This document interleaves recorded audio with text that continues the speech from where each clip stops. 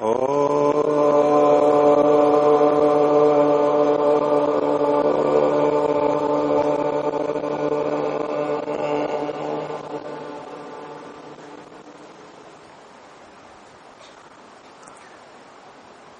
का आयुर्वेद की इस कक्षा में स्वागत है। आप लोगों से मेरा अभी परिचय नहीं है, कम है, तो मैं आपका परिचय पूछना चाहूं तो क्या पूछूं आपसे? कैसे हैं आप? ऐसे ही पूछते हैं, कैसे हैं आप? बहुत बढ़िया। और कुछ पूछते हैं तो कैसा चल रहा है? अच्छा। तो आप कैसे हैं?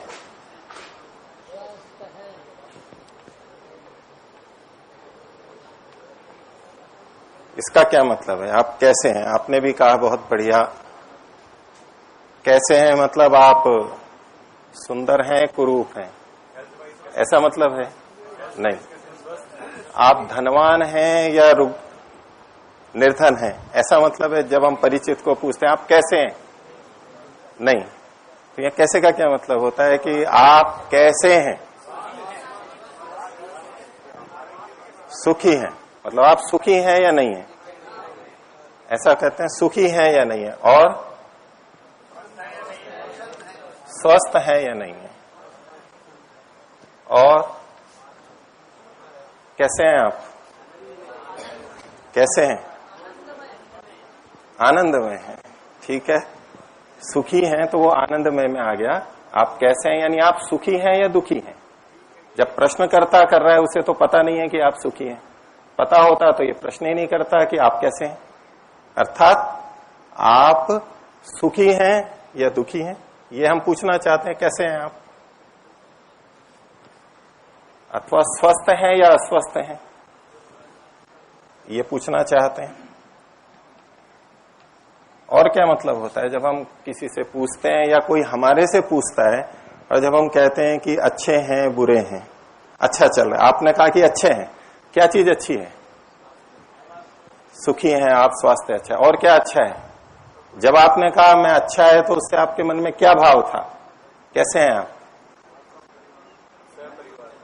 सपरिवार भी। परिवार का भी लेंगे तो परिवार की क्या चीज लेंगे? यही चीजें लेंगे। फिर मेरा कैसा चल रहा है और मेरे परिवार का, तो फिर वही सुख और दुख और स्वास्थ्य अस्वास्थ्य आएगा। यही पूछते हैं ना। अथवा यूं पूछते हैं कैसा चल रहा है, ये भी पूछते हैं ना। और कैसा चल रहा है, तो मैं आपसे पूछूं कैसा चल रहा है? बढ़िया चल रहा है, ठीक चल रहा है। कोई कहेगा खराब चल रहा है। क्या चल रहा है? क्या चल रहा है? तो आप कहेंगे कि पढ़ाई। और क्या बोला? जीवनचर्या और व्यापार और साधना, बहुत सारी चीजें हो सकती हैं। और आज की भाषा में, आज की लोग बोलते हैं कि आपकी लाइफ कैसी चल रही है, ऐसा भी पूछते हैं। हिंदी में तो हम नहीं पूछते कि आपका जीवन कैसा चल रहा है, ऐसा पूछते हैं कभी? कैसा चल रहा है उसका मतलब यही होता है वैसे तो कि आपका जीवन कैसा चल रहा है। सभी चीजें आ जाती हैं उसमें, कोई एक चीज नहीं पूछना चाहता है। हम संदर्भ में कह सकते हैं कि कैसा चल रहा है, मतलब व्यापार कैसा चल रहा है। यदि दो व्यापारी आपस में मिलते हैं, सामान्य रूप से हम पूछते हैं तो आपका जीवन कैसा चल रहा है। तो सुख और दुख, स्वास्थ्य अस्वास्थ्य, जब हम आपसे पूछते हैं तो मैं आपसे पूछ रहा हूं आप कैसे हैं, आपका कैसा चल रहा है? तो इसका उत्तर मैं आपसे बाद में पूछूंगा। अभी आपने जैसे भी अपने ढंग से कहा है, लेकिन हम कुछ थोड़ी चर्चा करेंगे, फिर इसी प्रश्न को मैं आगे कभी आपसे फिर पूछूंगा कुछ दिनों बाद में। तो जीवन को हम देखते हैं, आपका कैसा चल रहा है, कैसे है, मतलब आपका जीवन कैसा है, आपका जीवन कैसा चल रहा है। जीवन किसे कहते हैं? जीवन किसे कहते हैं?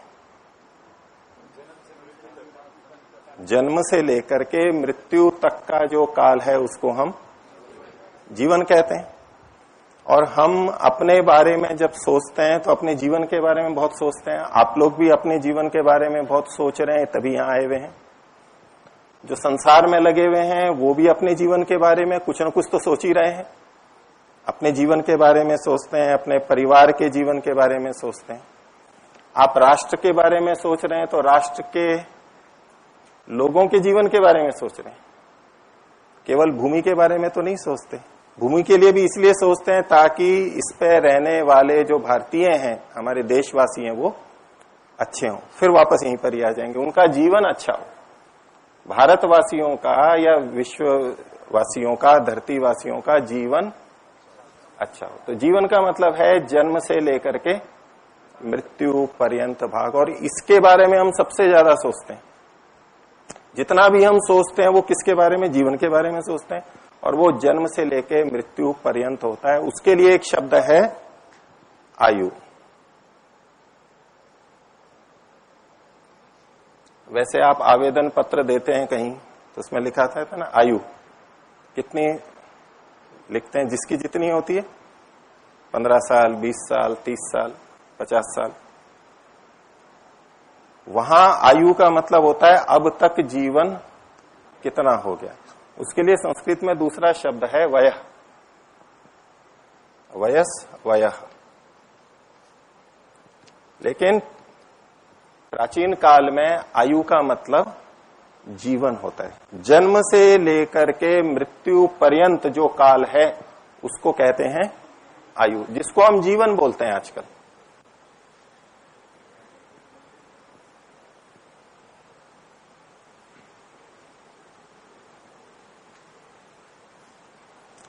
जीवन और आयु। अब उस अर्थ में आप आवेदन पत्र पे लिखें आपकी आयु कितनी है, आपकी आयु कितनी है? 25 वर्ष। अलग अर्थ जाता है ना, हमारा जीवन तो 25 वर्ष नहीं है, गलत प्रयोग चल रहा है। लेकिन आयु का मतलब होता है जीवन। तो जिसको हम पढ़ने जा रहे हैं, जो विषय है वो क्या है? आयुर्वेद। आयु का वेद है, जीवन का वेद है। जीवन का वेद, आयु का वेद, जन्म से लेके मृत्यु पर्यंत जो कुछ भी हमारी गतिविधियां हैं, जो प्राणी है, चेतन है, वो क्या खाता है, क्या पीता है, क्या सोता है, क्या विचारता है, सब कुछ उसके अंतर्गत आता है। वो हमारे जीवन में ही आता है। ये सारी गतिविधियां हमारे जीवन में आती हैं। तो ये आयुर्वेद है, तो इसका मतलब हुआ ये जीवन का वेद है। वेद शब्द का क्या अर्थ है वो देखते हैं। वेद का एक अर्थ है ज्ञान। इसमें धातु रहती है, संस्कृत की दृष्टि से देखें तो वेद, तो उसका एक अर्थ है ज्ञान। तो जीवन का ज्ञान जिससे होता है, जीवन का ज्ञान जिससे होता है उसे आयुर्वेद कहते हैं। दूसरे शब्दों में कहें, जीवन का ज्ञान जिसमें है, जीवन का ज्ञान जिसमें है उसको आयुर्वेद कहते हैं। तो आयुर्वेद को वैसे क्या माना जाता है? आयुर्वेद क्या है? औषधि।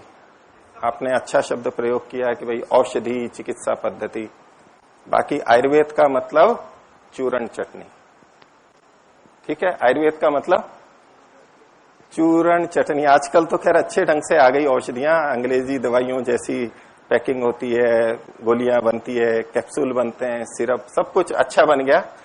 जो औषधि निर्माण कला है उसका बहुत अच्छा उपयोग हो गया। नहीं तो आयुर्वेद का मतलब चूर्ण की पुड़िया, पुड़िया बनाते हैं हाथ से, ऐसी ही दवाई मिलती थी पहले तो आयुर्वेद की, और तो कोई तरीका नहीं था, किसी भी कागज में लपेट के दे दिया। तो आयुर्वेद का मतलब चूर्ण चटनी, आयुर्वेद का मतलब चूर्ण की पुड़िया, ये लोग समझते हैं। या अच्छे अर्थों में लें तो औषधि या चिकित्सा। आयुर्वेद मतलब चिकित्सा, और वो भी औषधियों से संबंधित, ऐसा हम एक सीमित अर्थ लेते हैं।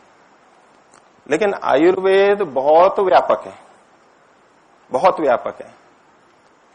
आयु का मतलब जीवन, और वेद का मतलब ज्ञान। तो जीवन का ज्ञान जिसके अंदर है, जिससे हमें मिलता है, उसे आयुर्वेद कहते हैं। संस्कृत में विद धातु का एक दूसरा अर्थ होता है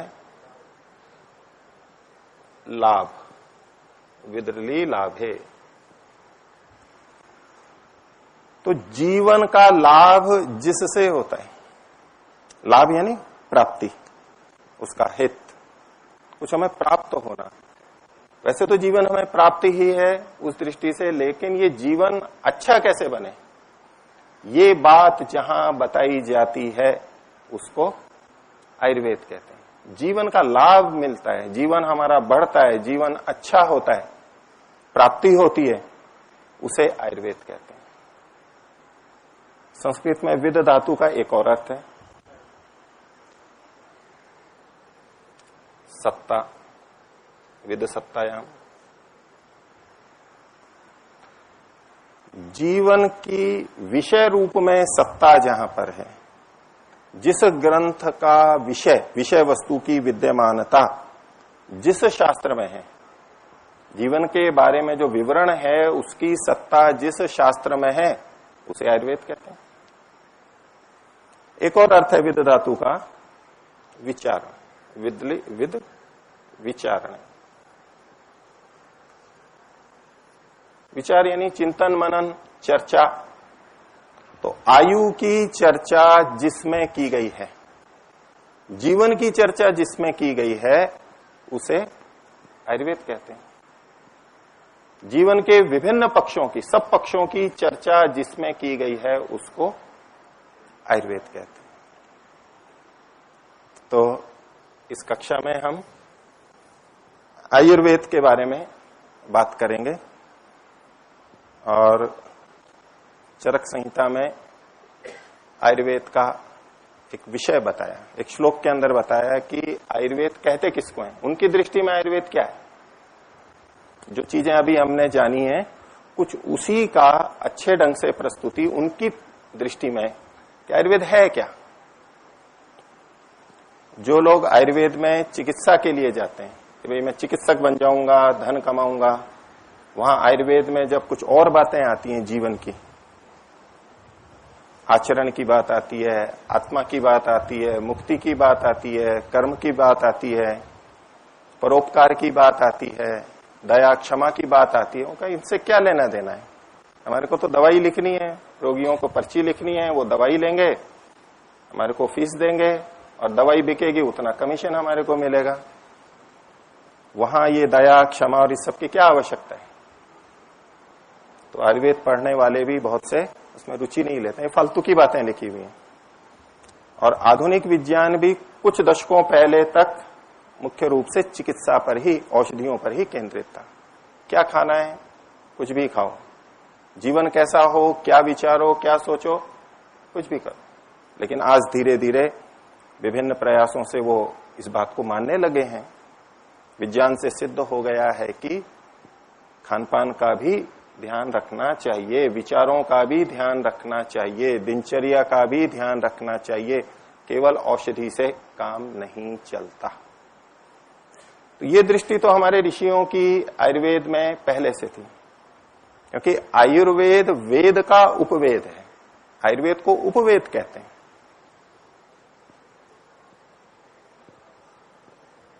वेद 4 हैं, आप जानते हैं। वेद के उपवेद होते हैं, कुछ व्यवहारिक प्रयोग होते हैं, उसको अलग अलग शास्त्र बने हैं। तो आयुर्वेद को उपवेद माना गया है, इतना ऊंचा स्थान दिया गया है। और चूंकि वेद ईश्वरीय वाणी है, सर्वज्ञ की वाणी है, उसमें सारा व्यापक रूप से विचार रखा गया है। तो उससे जुड़ा हुआ जो शास्त्र है वो सर्वांगीण दृष्टि से ही देखेगा। हमें लग सकता है कि ये फालतू की बात है, व्यर्थ की बात है, लेकिन वो जो चीजें कही जा रही हैं वो सब हमारे लिए आवश्यक है, हम समझे या ना समझे। तो चरक संहिता में आयुर्वेद का एक लक्षण कहा, उसको देखते हैं। उन्होंने कहा हिता हितम।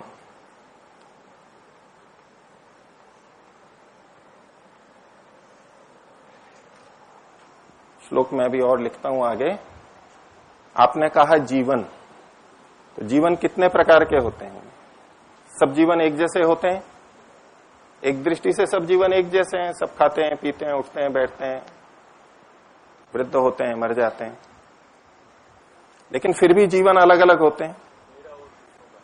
मेरा और दूसरों का ये तो अलग अलग हुआ, लेकिन प्रकार की दृष्टि से भी, क्योंकि हम अपने जीवन को कुछ और अच्छा बनाना चाहते हैं, इसका मतलब है अभी कोई अलग जीवन चल रहा है और हम कुछ और अच्छा जीवन बनाना चाहते हैं।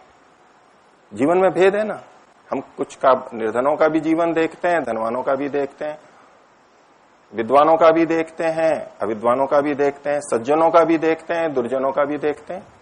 तो जीवन तो बहुत तरह के हैं। हर व्यक्ति का जीवन अपने आप में विशिष्ट है, हर व्यक्ति का जीवन एक विशेष प्रकार का है, लेकिन फिर भी कुछ वर्गीकरण हो सकता है। तो जीवन किस प्रकार के हैं? तो मैंने आपसे पूछा था आप कैसे हैं, कैसा चल रहा है आपका जीवन, तो कौन सा जीवन, कितने प्रकार के जीवन हो सकते हैं, उसके हिसाब से है। तो उन्होंने शुरुआत की हिताहितम सुखम दुखम।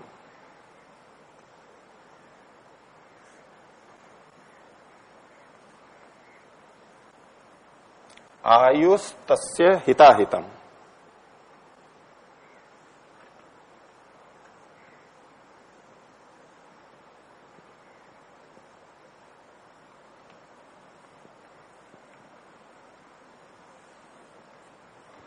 मानम च तच्च यत्रोक्तम।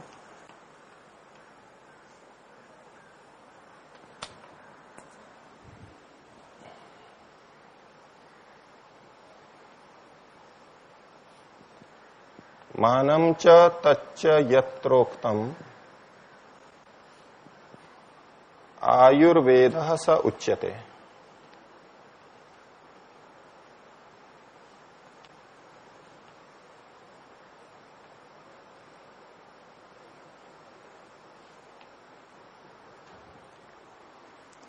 हिताहितम सुखम दुखम आयुष तस्य हिताहितम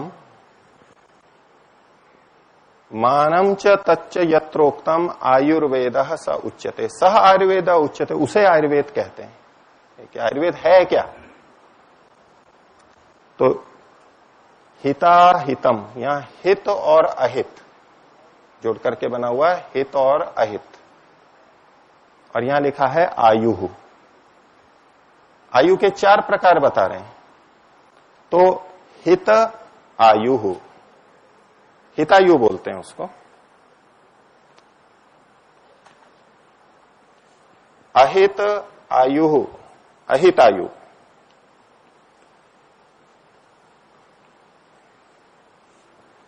फिर है सुख, सुखायु।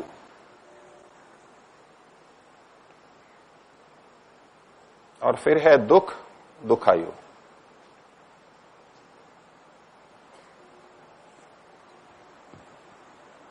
हिताहितम सुखम दुखम आयु। आयु 4 प्रकार की होती है। अब ये लोग अब आप अपना अपना निरीक्षण कीजिएगा, आगे इन सबके हम स्वरूप देखेंगे कि ये क्या बताया। हितायु क्या होती है, अहितायु क्या होती है, सुखायु क्या होती है, दुखायु क्या होती है, लेकिन 4 प्रकार हैं। उसमें आपको देखना है। फिर मैं आपसे पूछूंगा कि आपका जीवन कैसा चल रहा है। तो हितायु, अहितायु, सुखायु और दुखायु, ये 4 बातें हैं। और तस्य हिताहितम, तस्य अर्थात उसका, आयु का।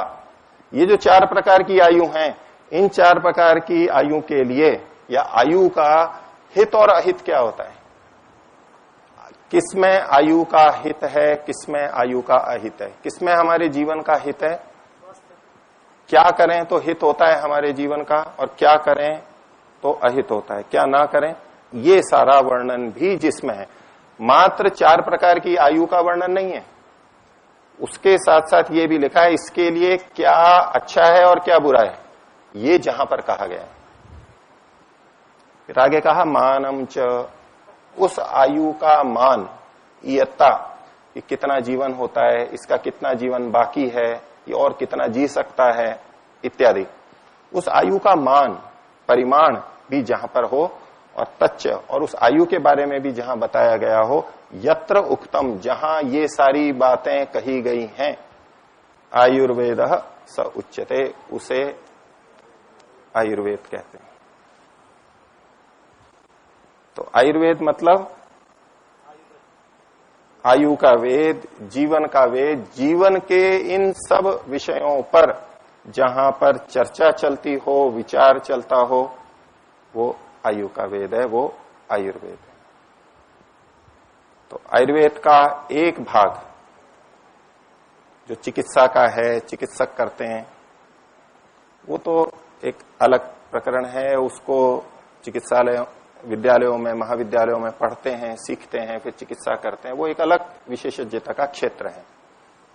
लेकिन हमारे जीवन के लिए कुछ सामान्य बातें कि हमारा जीवन, हमारी आयु ठीक रहे, आयुर्वेद का एक सामान्य परिचय जो कि हर व्यक्ति को होना चाहिए। और अपना जीवन, चिकित्सा के अतिरिक्त जो चीजें हैं वो भी एक तरह से चिकित्सा ही होती है, वो सब जहां पर वर्णन किया जाता है, वो कुछ चर्चा उसमें से हम लोग यहां पर करेंगे, अपने को वहां तक सीमित रखेंगे। और कितना सो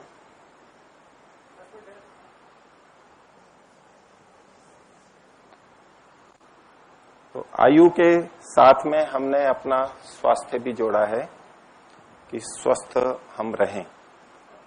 और स्वास्थ्य का मतलब प्राय रखा जाता है हमारे शरीर का स्वास्थ्य, और दूसरा आजकल और जोड़ लिया जाता है जो कि उचित ही है, मानसिक स्वास्थ्य, शारीरिक और मानसिक स्वास्थ्य। तो आयुर्वेद की दृष्टि से स्वास्थ्य किसे कहते हैं, हमारी अपनी अपनी एक विचारना है कि स्वास्थ्य का मतलब क्या होता है। निरोग हो हम, इसे ही तो स्वस्थ कहते हैं। निरोग मतलब रोग ना हो, हमारे को रोग ना हो, उसे ही हम स्वस्थ बोलते हैं, उसे स्वस्थ बोलते हैं। वो एक अलग दृष्टि से कथन है। रोग ना होना भी एक स्वास्थ्य है।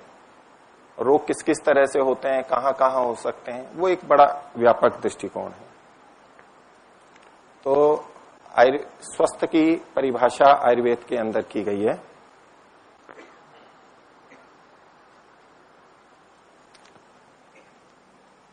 इसके लिए श्लोक है, समदोषः समाग्निश्च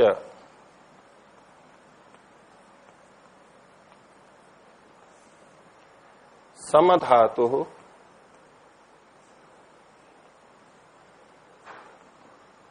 मलक्रियः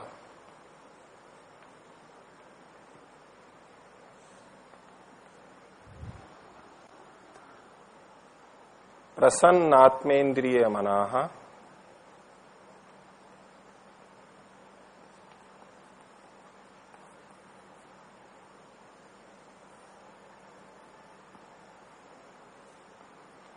स्वस्थ इत्यभिधीयते।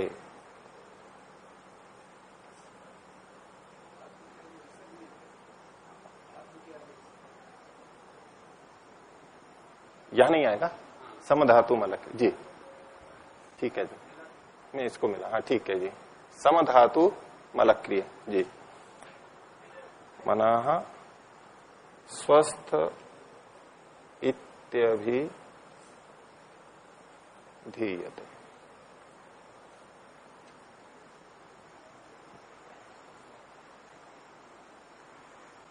तो स्वास्थ्य किसे कहते हैं, उसका एक रूप इन्होंने यहां पर प्रस्तुत किया। आयुर्वेद के उद्देश्यों में आता है स्वस्थस्य स्वास्थ्य रक्षणम, जो स्वस्थ हैं उनके स्वास्थ्य की रक्षा करना, ये आयुर्वेद का पहला प्रयोजन है। और दूसरा है आतुरस्य विकार प्रशमनम च, जो आतुर है, निरोग हैं, उनके विकारों का, रोगों का शमन करना। जबकि आजकल आयुर्वेद को चिकित्सा पद्धति की दृष्टि से या अन्य भी चिकित्सा पद्धतियां रोगों की निवृत्ति, आतुरस्य विकार प्रशमनम पर अधिक केंद्रित हैं, जबकि ये स्वस्थस्य स्वास्थ्य रक्षणम भी एक महत्वपूर्ण बिंदु है कि बीमार हो ही नहीं। उसके लिए जी, उसके लिए एक शब्द भी लोक में वैसे प्रचलित है, prevention is better than cure, इसी बात को कहते हैं। तो स्वस्थस्य स्वास्थ्य रक्षणम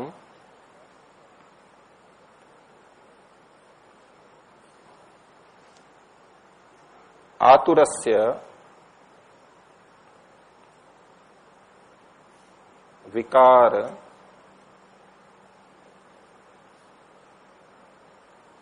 प्रशमनम च।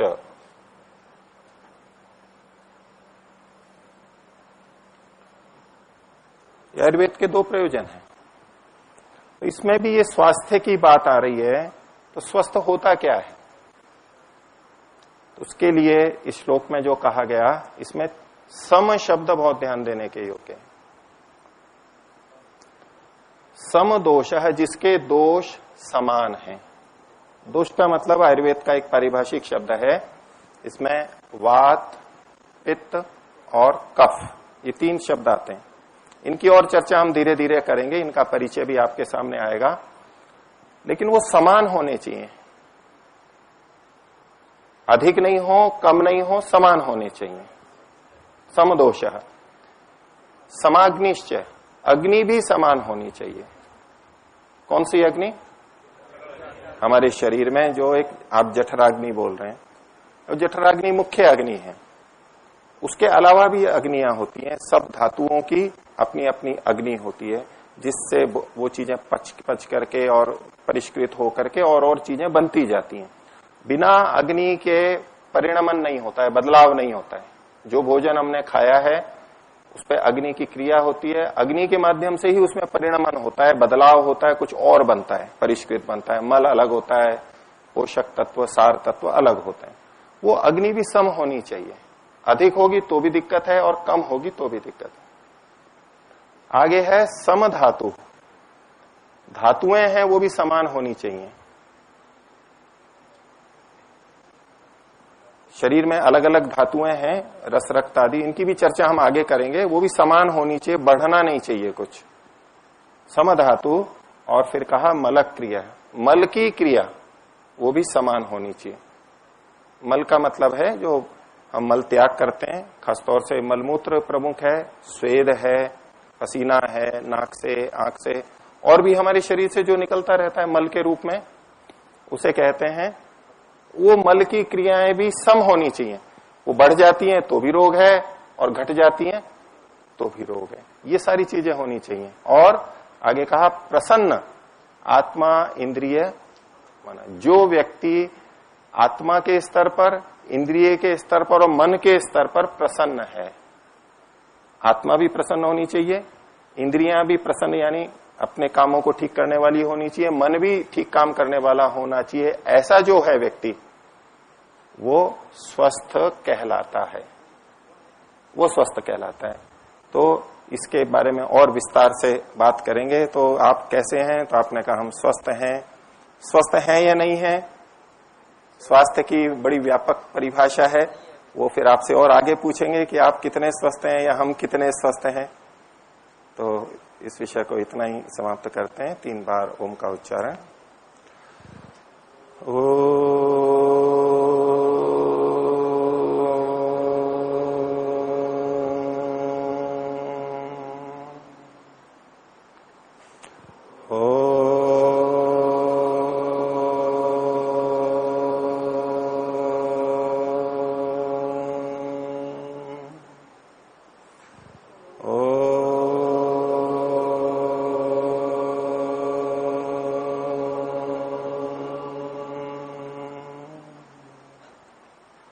सभी को सादर नमस्ते।